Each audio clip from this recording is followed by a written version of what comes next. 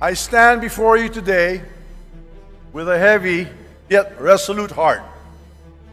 Recent events compel me to address not only the accusations that have been hurled against me personally, but also the attacks on the institution we hold sacred, the House of Representatives, the heart of our democracy and the voice of the Filipino people.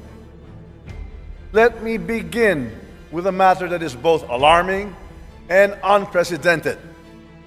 The Vice President of the Republic of the Philippines, Sara Duterte, admitted to contacting an assassin to kill President Ferdinand R. Marcos Jr., First Lady Luis Araneta Marcos, and myself. Let me be clear. Hindi na to biro. Hindi na to normal na panalita. Isa itong direktang banta sa ating demokrasya, sa ating pamahalaan, at sa seguridad ng bayan.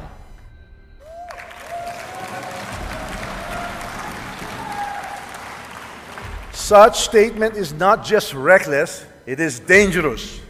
It sends a chilling message to our people, a message that violence can be contemplated by those in positions of power.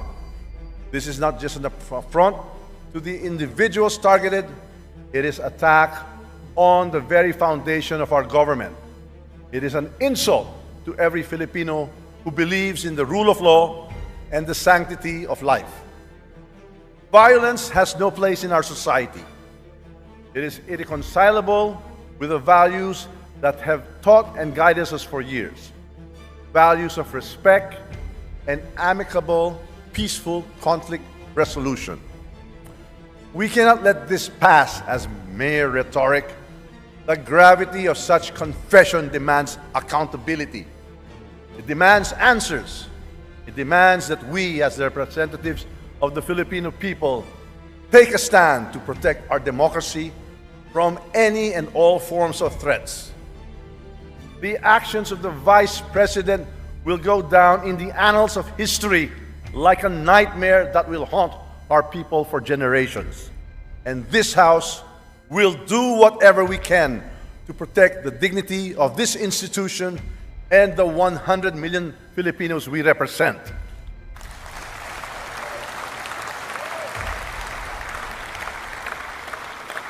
Now, let us address another serious matter. The Vice President's unfounded and baseless accusations that I am plotting to destroy her because of alleged political ambitions for 2028 elections. My colleagues, these accusations are not only untrue, they are a desperate attempt to distract from the real issues at hand. Malinaw ang katotohanan. Ang trabaho ko bilang speaker ay maglingkod, hindi manira. Ang politika na paninira ay hindi kailanman naging bahagi ng aking prinsipyo.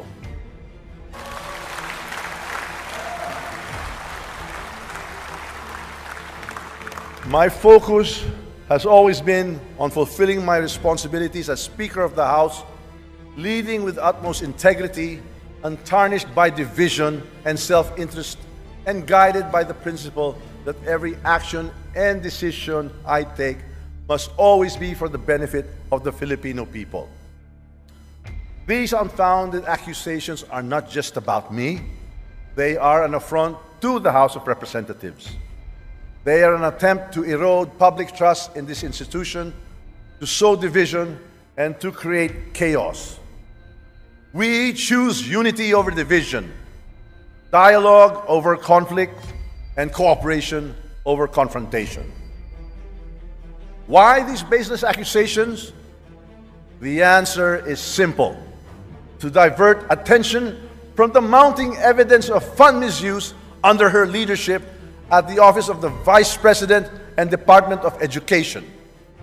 The issues surrounding confidential and intelligence funds, the questionable disbursements, and the lack of transparency demand answers.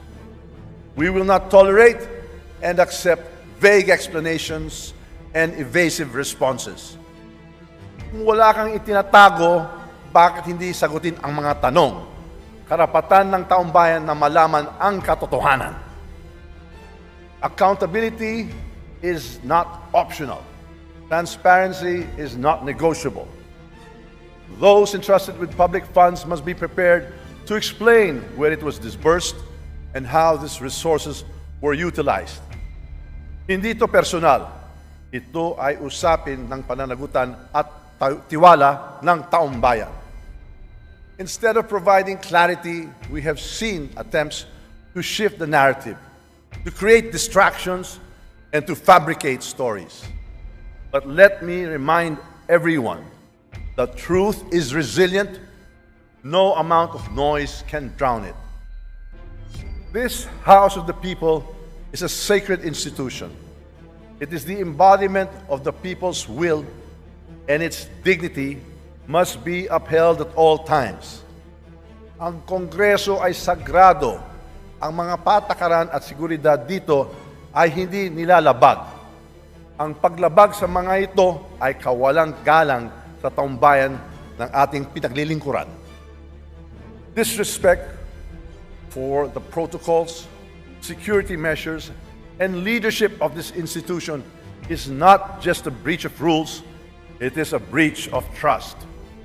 To mock our protocols, to defy our orders, and to malign our leaders is to disrespect the Filipino people who elected us to serve. This House operates on the principles of the rule of law, transparency, and accountability. These principles are the bedrock of our democracy. To undermine them is to weaken the foundation upon which our nation stands. My colleagues, I call on you to stand with me in defending this institution.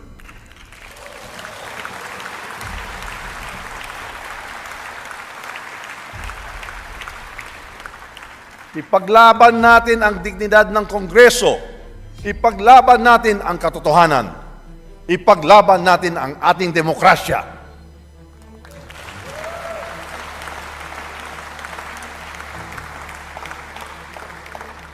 This is not about personal interests. It is about preserving the integrity of the House of Representatives and ensuring that it remains strong and a credible voice for the Filipino people. To the Filipino people, I assure you that this House will not waver in its commitment to transparency, accountability, and service. We should not allow individuals to ruin this great nation with their manipulative tactics, their troll armies, or their few blind followers. We owe it to the Filipino people to remain steadfast in our mission to pass laws that improve lives, protect freedoms, and ensure a brighter future for all. Finally, I reaffirm my unwavering support for President Ferdinand R. Marcos Jr. and his administration.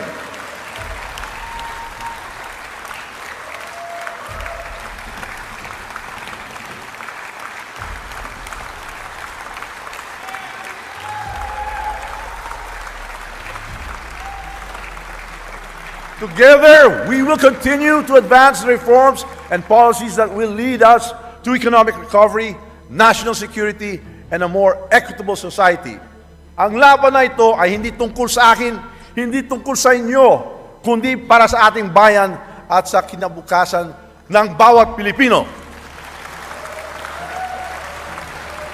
Let us rise above the distractions. Let us reject baseless accusations. Let us focus on what truly matters, serving the people and strengthening the institutions that uphold our democracy. Let us stay focused, steadfast, and committed to the great job we are doing. It is indeed my honor and privilege fighting this battle with and for all of you. Thank you, and may God bless the Philippines. Mabuhay ang Kongreso! Mabuhay ang sambayang Pilipino! In this august chamber to sponsor and support House Resolution number 2092, expressing the unwavering and unqualified support and solidarity of the House of Representatives to the leadership of His Excellency President Ferdinand R. Marcos Jr.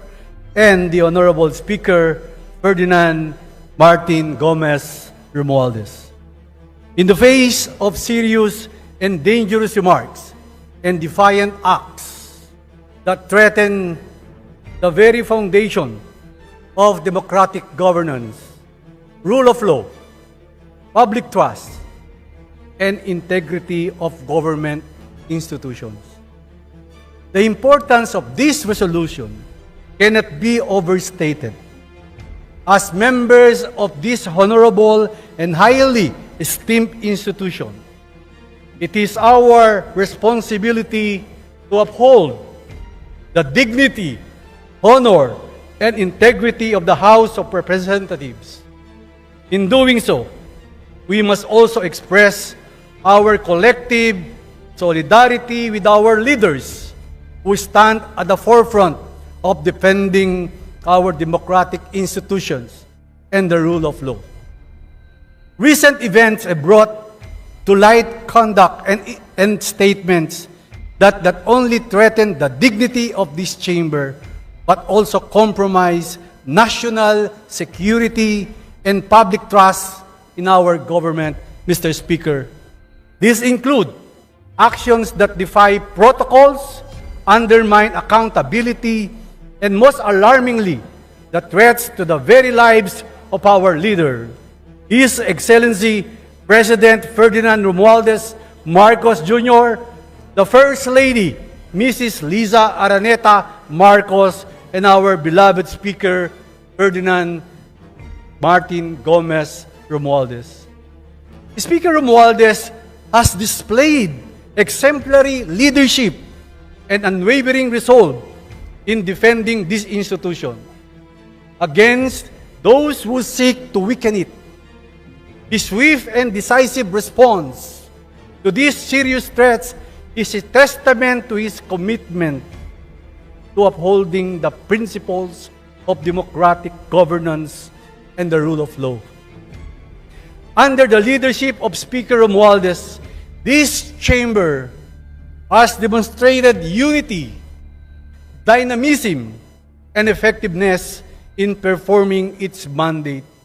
We have passed crucial legislations that support the priorities of the administration and address the needs of our constituents.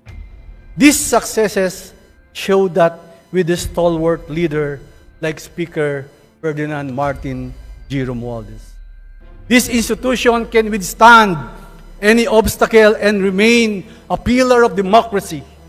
Moreover, the leadership of President Ferdinand Romualdez Marcos Jr. continues to guide our nation toward progress and stability. His vision for a strong and united Philippines is evident in the administration achievements. It is our duties as legislators to rally behind our President in defending the interests of the Filipino people and safeguarding the future of our democratic institution. Mr. Speaker, in this spirit, I call upon each and every one of you, my esteemed colleagues, to support the immediate adoption of House Resolution number 2092, to support the immediate adoption of House Resolution number 2092. Let us show the nation that we stand united behind our leadership and in defense of the sacred principles of democracy, accountability, and the rule of law. Dakal pong salamat. Mabuhay si Presidente Ferdinand Romualdez Marcos Jr. Mabuhay si Speaker Ferdinand Gomez Romualdez. Mabuhay ang mababang kabulungan. At maraming salamat po, Luidia, ing Pilipinas. Dakal pong salamat. Maya pagkat panapon po kay kayuman. Mabuhay, Senior Deputy Speaker Aurelio Dong D. Gonzales. Maraming salamat, sir. Majority Leader. Mr. Speaker, I move that we recognize the Honorable Majority Leader, Manuel Jose Manix M. Dalipe, to deliver his sponsorship speech. to our Majority Leader, Manuel Jose Manex M. Dalipe. Please proceed, sir. Honorable Speaker, esteemed members of the House, good afternoon. I rise today to express my unwavering support for the House of Representatives and our Speaker, the Honorable Ferdinand Martin G. Romualdez, in the light of the recent events faced by our institution. The House of Representatives stands as a cornerstone of this nation's democracy. As we carry out our mandate and stand to uphold the Constitution of the Republic of the Philippines, we operate on established rules and procedures to ensure transparency, accountability, and order within our walls and beyond. Over the past few days, we witnessed the blatant disregard for these rules and protocols by no less than the second highest official of the land. I take this opportunity to reiterate that this august chamber must be accorded the honor and dignity befitting its status as the House of the People. To disrespect this chamber is to disrespect the people we represent. No public official, regardless of rank, position, should consider itself above and beyond the 100 million strong Filipino people by obstructing the lawful proceedings and orders of the House.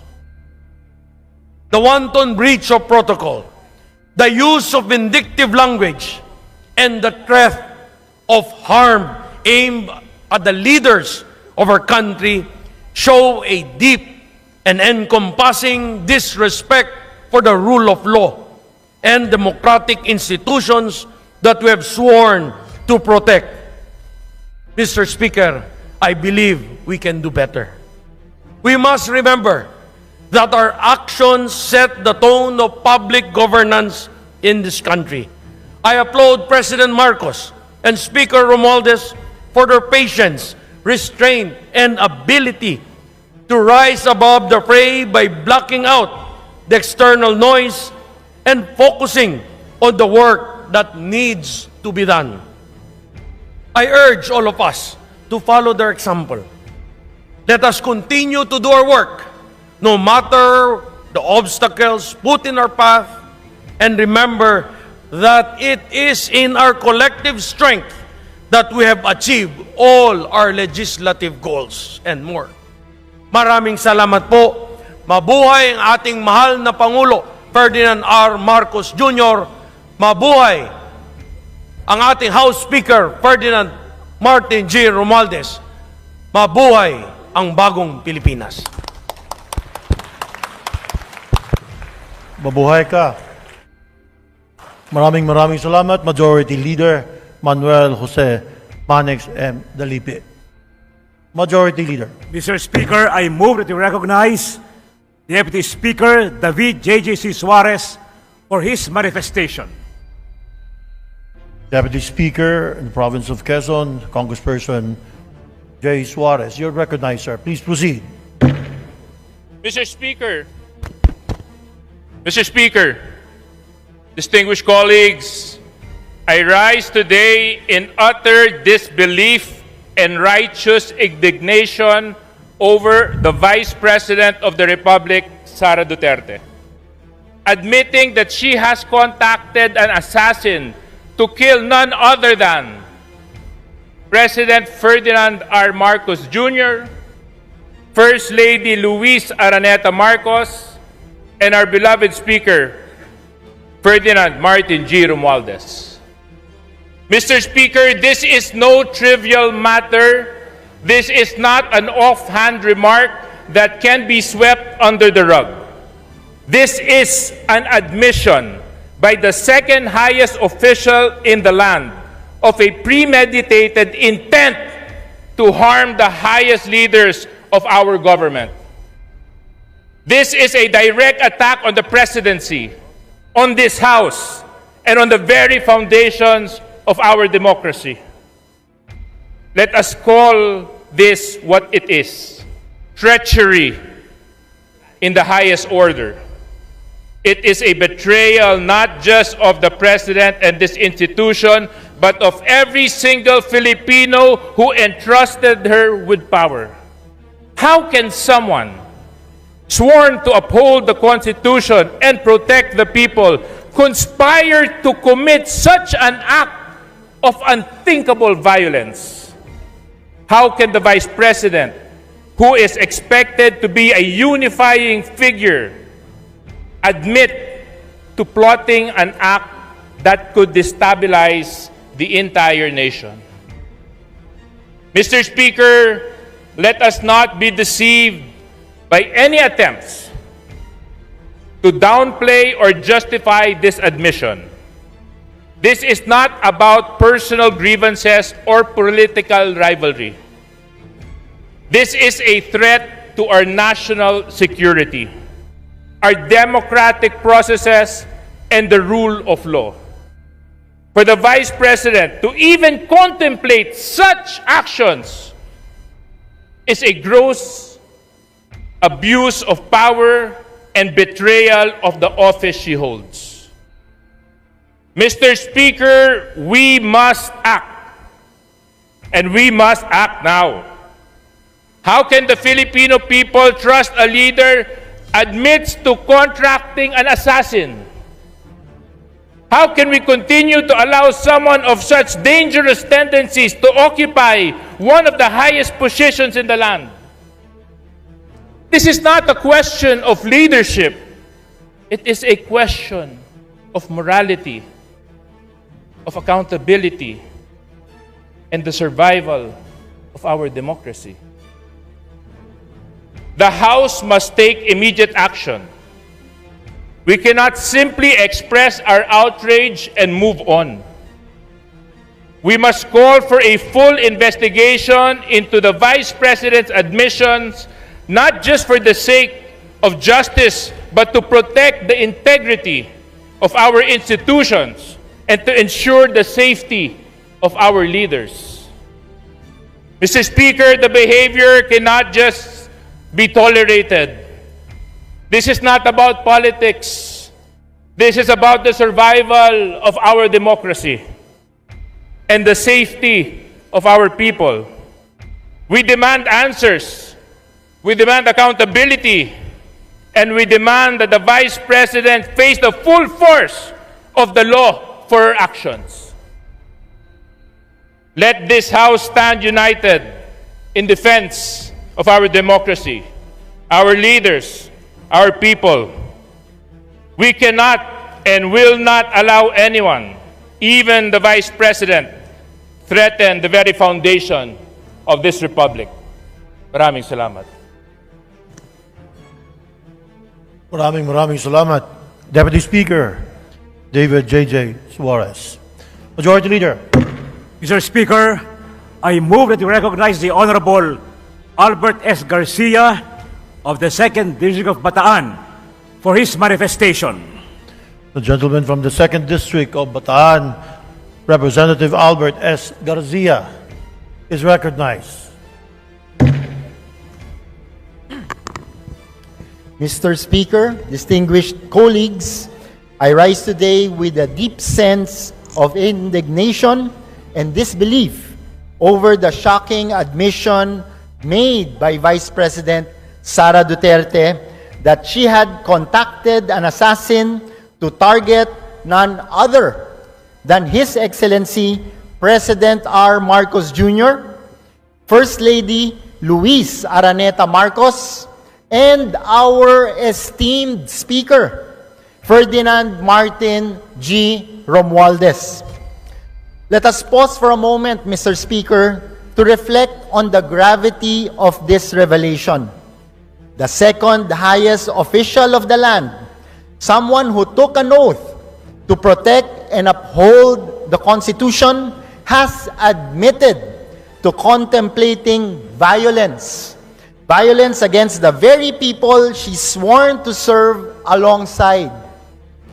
This is not just alarming, it is a betrayal of public trust and an affront to our democratic values and a threat to the stability of our nation. Mr. Speaker, how can we as representatives of the Filipino people stand silent in the face of such a heinous admission? The Vice President's statement are not only a direct threat to the lives of our leaders, but a dangerous precedent that undermines the very foundation of our democratic governance. If someone in her position feels emboldened to admit to such acts, what message does this send to the public? That power can be wielded without accountability? That the rule of law can be disregarded with impunity? Mr. Speaker, this House has a solemn duty to ensure that no one, no matter how high his or her position, stands above the law. The Vice President's action demand not just condemnation, but thorough investigation. This is not just about politics. This is about justice, accountability, and the preservation of our nation's dignity. Let me be clear, there is no place in our government, in our democracy, for such reckless and dangerous behavior. The office of the Vice President should embody integrity and leadership, not serve as a platform for threats and violence. The Filipino people deserve better, Mr. Speaker. They deserve leaders who inspire trust, who uphold the rule of law, and who work tirelessly to serve the nation with honor and dignity.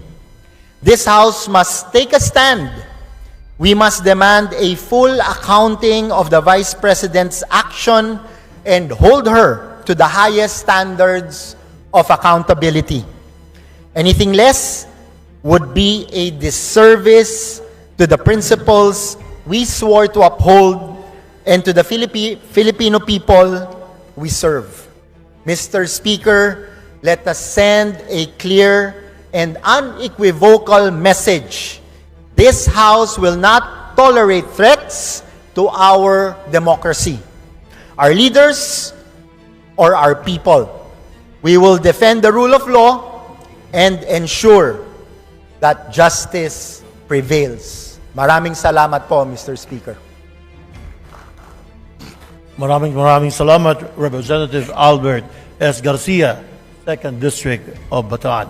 Majority Leader. Mr. Speaker, I move that we recognize the Honorable Wilfrido Mark M. Enverga of the 1st District of Quezon to deliver his manifestation. The gentleman from the 1st District of Quezon, Representative Wilfredo Mark M. Enverga. You have the floor, sir. Thank you very much, Mr. Speaker. Thank you, Majority Leader. Mr. Speaker, distinguished colleagues, I rise today to firmly and unequivocally defend the integrity, honor, and exemplary leadership of our esteemed Speaker, Ferdinand Martin G. Romualdez, against the baseless and malicious accusations hurled by Vice President Sara Duterte.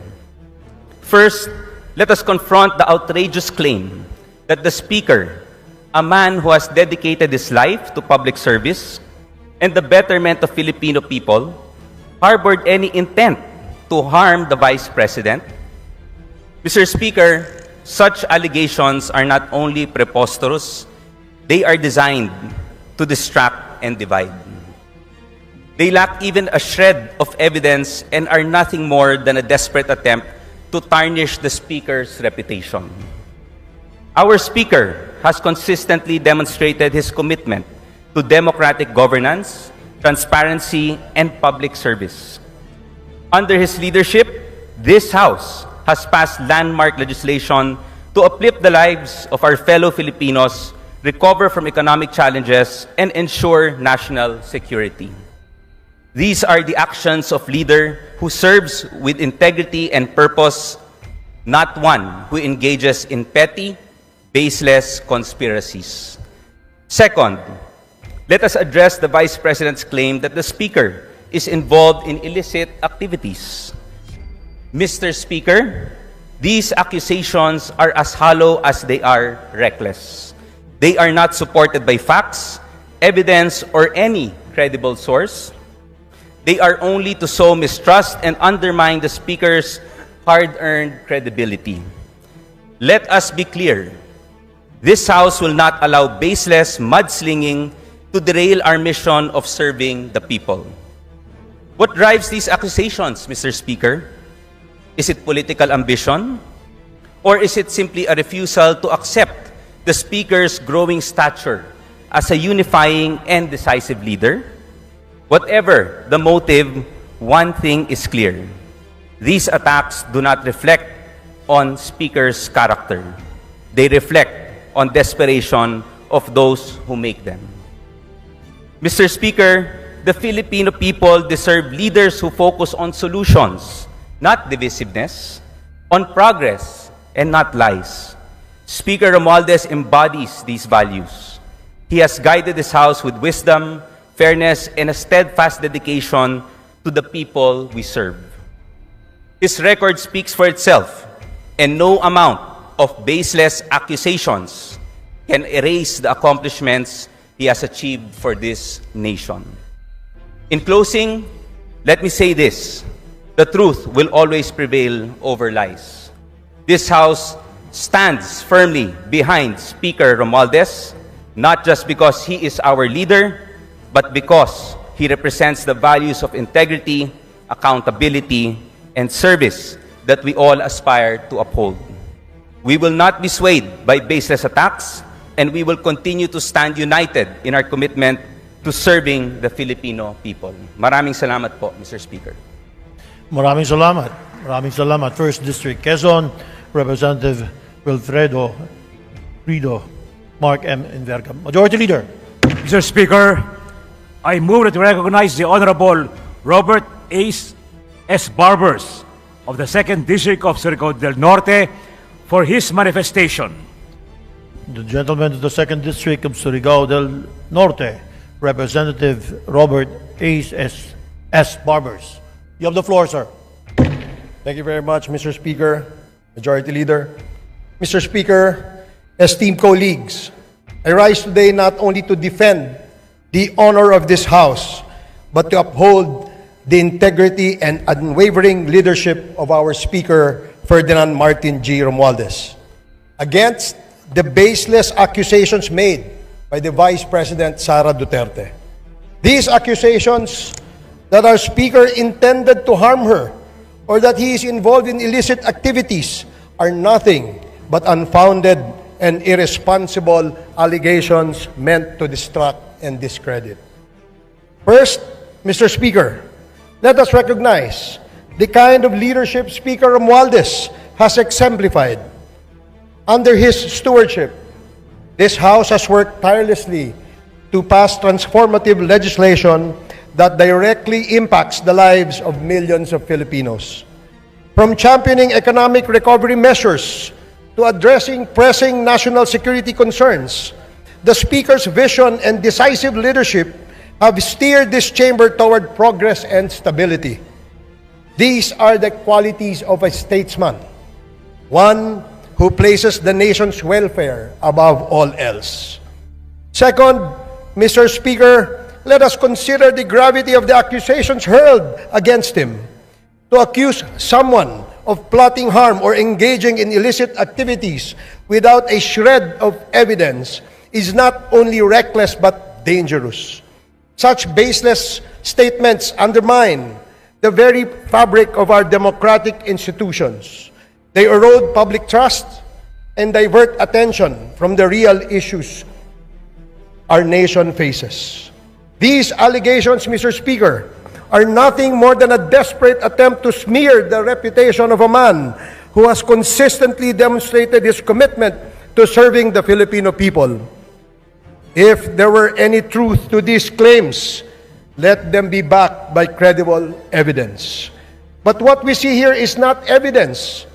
It is mere noise, crafted to create division and chaos where unity and focus are most needed.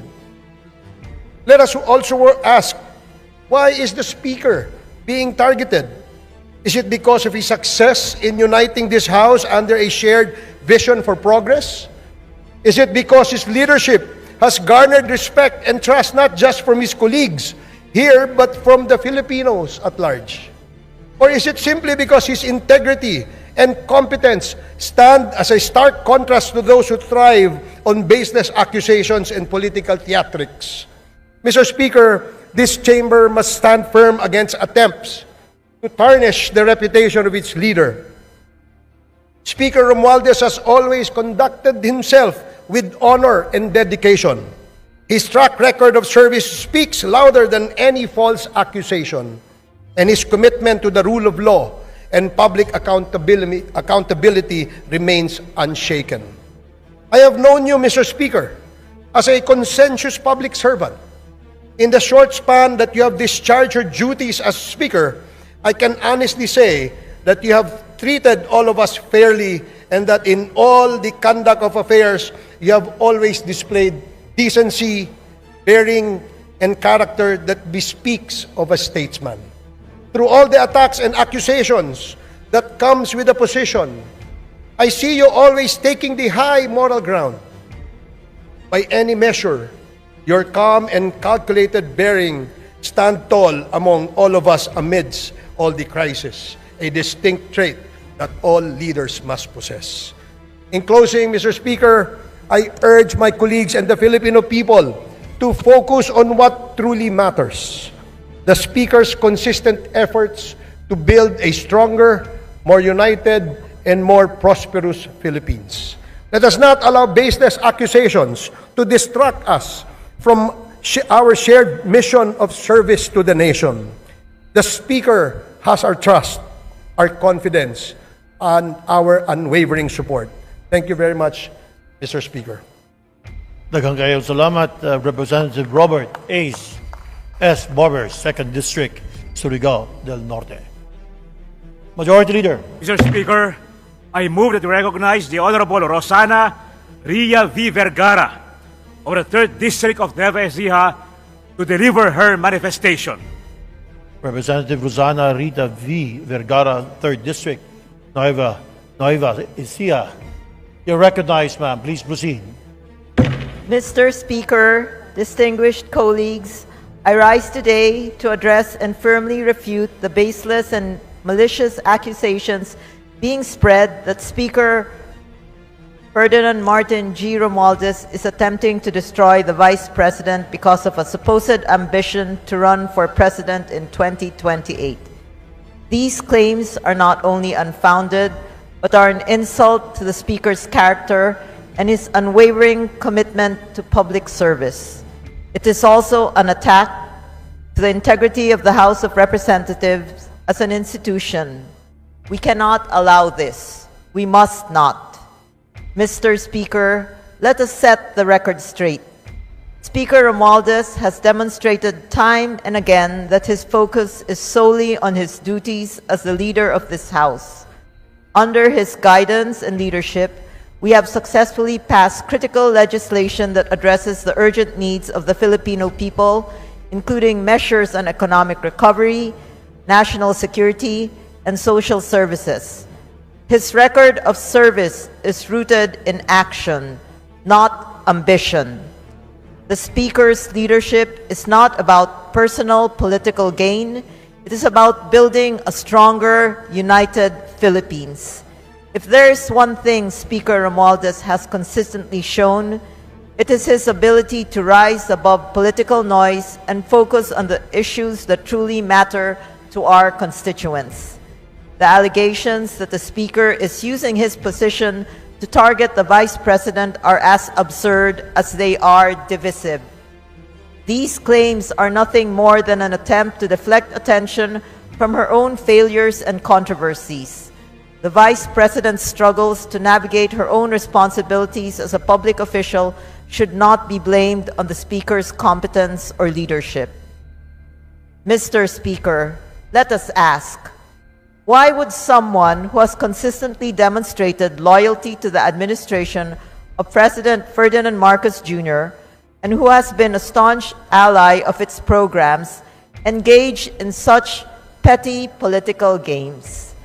The truth is, these accusations are a convenient excuse for the Vice President to evade accountability for her actions and distract the public from her lack of concrete achievements.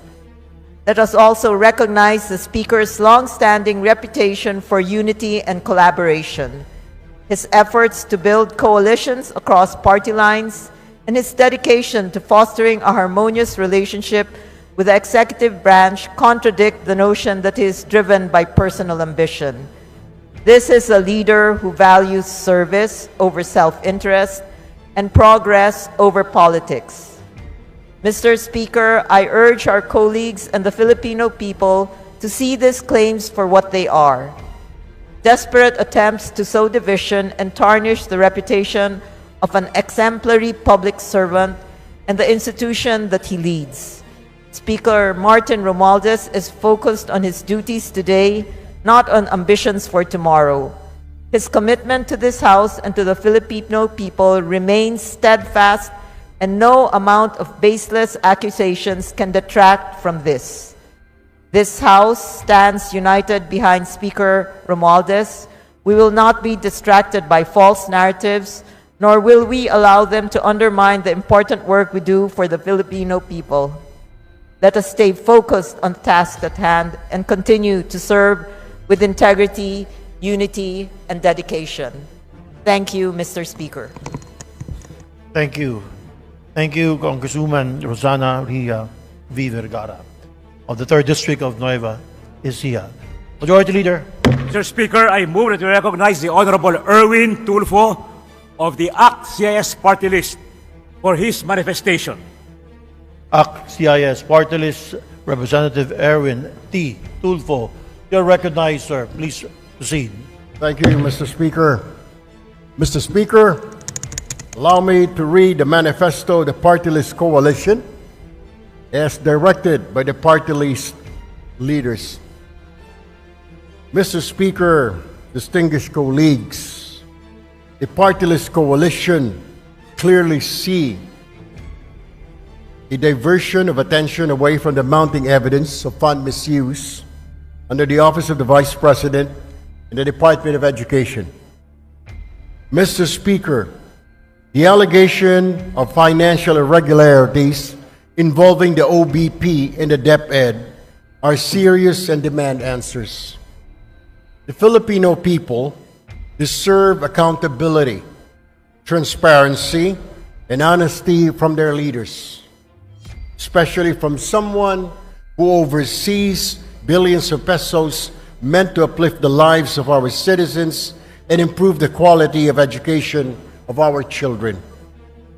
Instead of addressing these issues head-on, they have chosen to create a smokescreen, fabricating baseless accusations against Speaker Ferdinand Martin Romualdez and other public officials.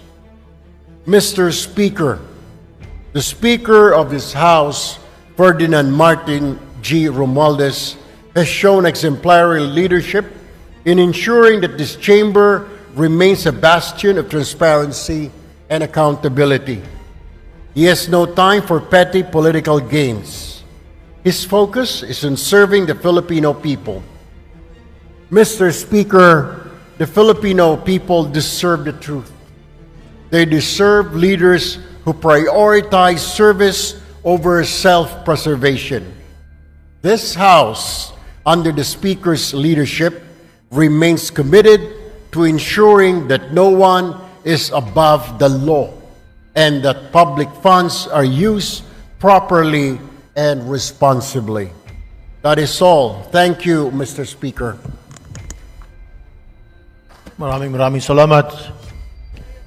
Representative Erwin T. Tulfo, on behalf of the PCFI Party List Coalition Foundation Incorporated and ACT-CIS Party List. Majority Leader. Mr. Speaker, I move that we recognize the Honorable Deputy Majority Leader, Julian Jam Baronda of the Lone District of Iloilo City, to deliver his manifestation of support. Long District, Iloilo City, Deputy Majority Leader Julian Jam Baronda. You are recognized, ma'am. Mr. Speaker, esteemed colleagues, maayong hapon sa atong tanan.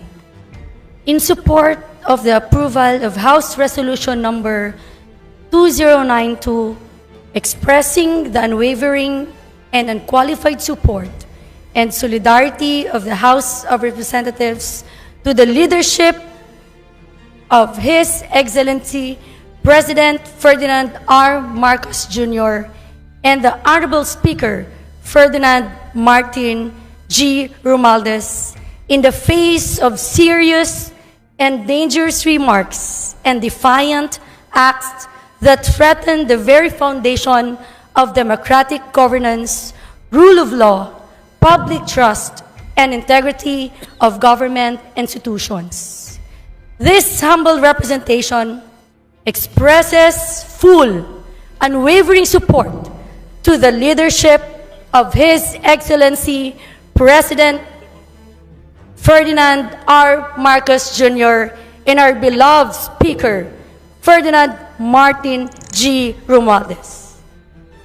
Amidst the arbitrary actions and alarming statements issued by the second highest official of the land, we maintained that the preservation of the dignity, the integrity of the House of Representatives is of paramount importance. Mr. Speaker, in the light of the recent events that have transpired in the last 3 days within the premises of the House of Representatives, these arbitrary acts of interference and alarming statements reflect a clear disregard for institutional authority and due process. It is crucial that we condemn such acts and remain steadfast in adhering to the principles of good governance and rule of law. This is to avoid establishing a precedent for abuse of power. Mr. Speaker, the rule of law must likewise be observed by all government institutions and individuals, regardless of position or rank. It is paramount that we ensure the law applies equally to all, without discrimination or partiality. We also emphasize the importance of safeguarding the public trust that citizens have placed in their elected leaders. Public trust is earned through transparency, accountability, and commitment to public service. Maintaining these values requires our collective and unwavering determination.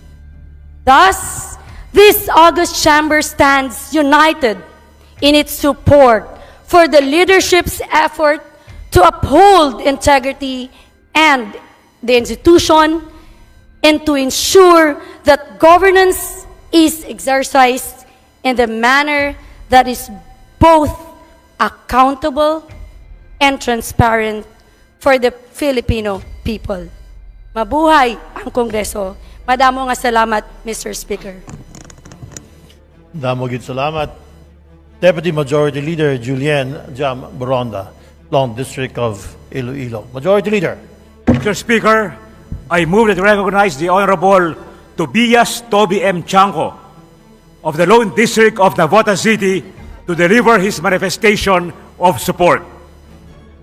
And gentleman from the Long District of Navotas City, Representative Tobias Toby M. Tiangco. You're recognized, sir. Please proceed. Mr. Speaker, distinguished colleagues, a pleasant day to all of you.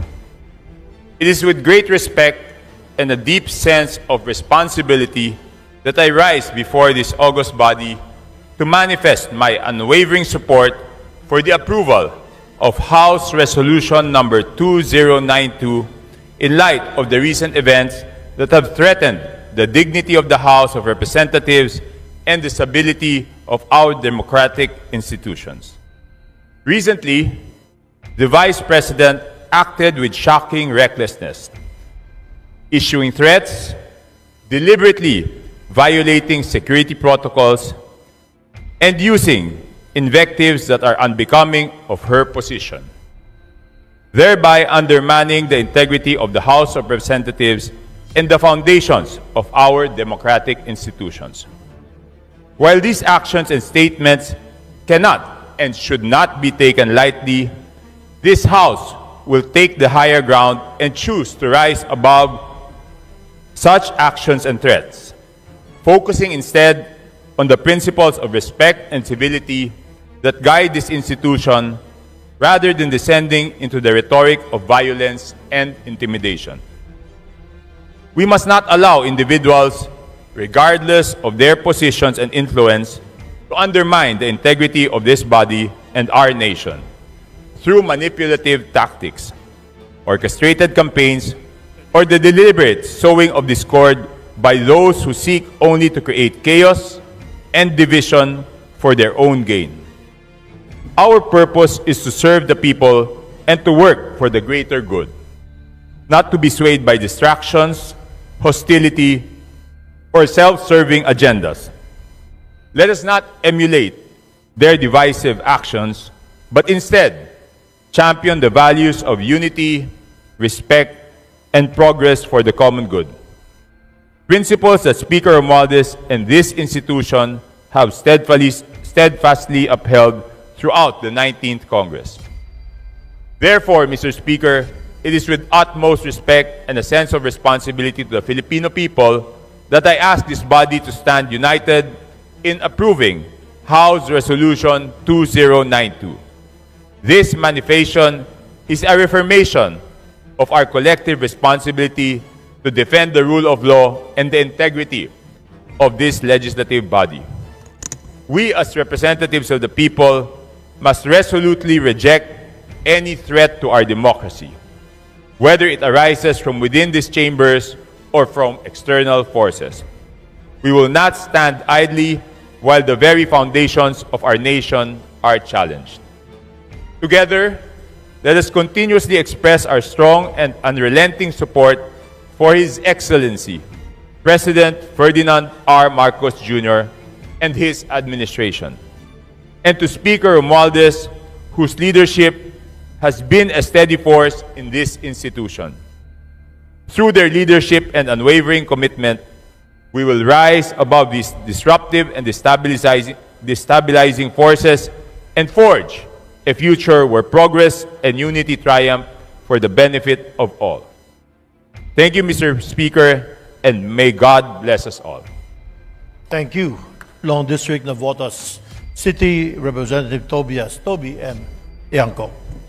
Majority Leader. Mr. Speaker, for the final manifestation of support, I move to recognize the Honorable Gabriel Bordado of the 3rd District of Camarines Sur. Representative Bordado, you are recognized, sir. Please proceed. Mr. Speaker, I move to withdraw my previous motion. Please proceed, Majority Leader.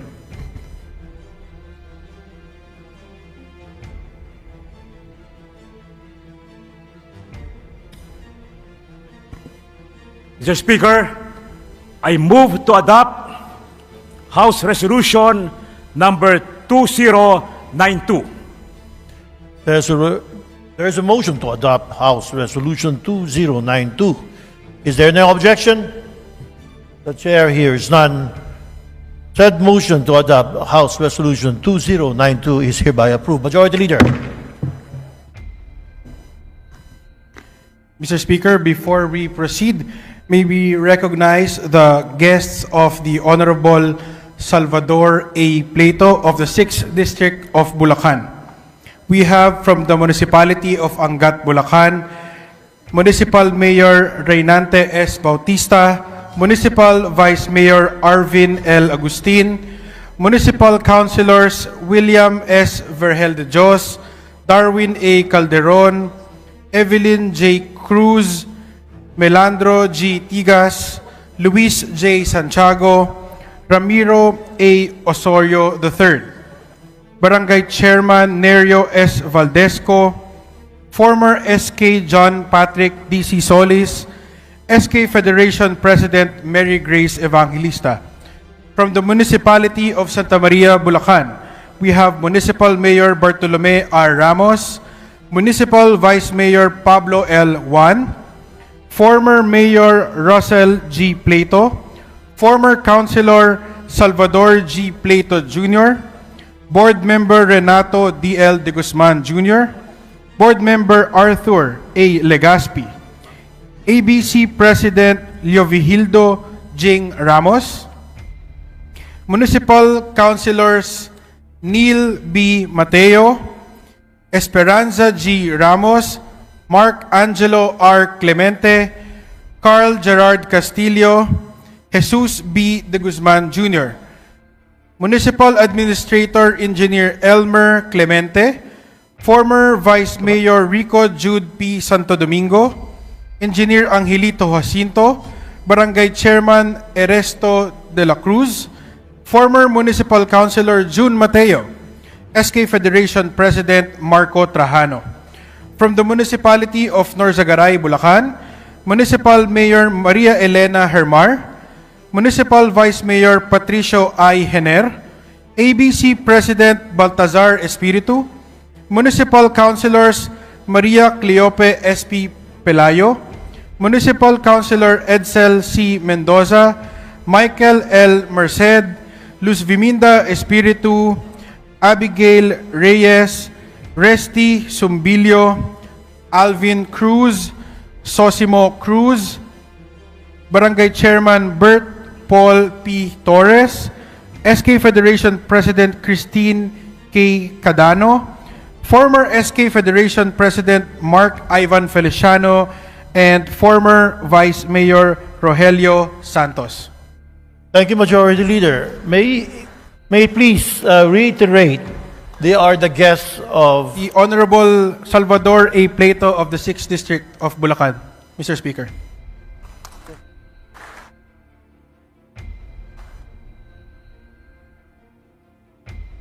Thank you, Majority Leader. And the guests of Congressman Prieto of the province of Bulacan, welcome to the House of Representatives. Majority Leader. Mr. Speaker, on the same note, may we also recognize the guests of Honorable Percival Sendanya, representative of the Akbayan Party List. We have with us visitors from the Network to Stop AIDS Philippines, or NSAP. They are the following: Mara Quesada, Roberto Figuracion Jr., Jams De Leon, Ayla Beato, Liza Igcasinza, Leslie Tolentino, Roger Alvarez Jr., and Elaine Madula.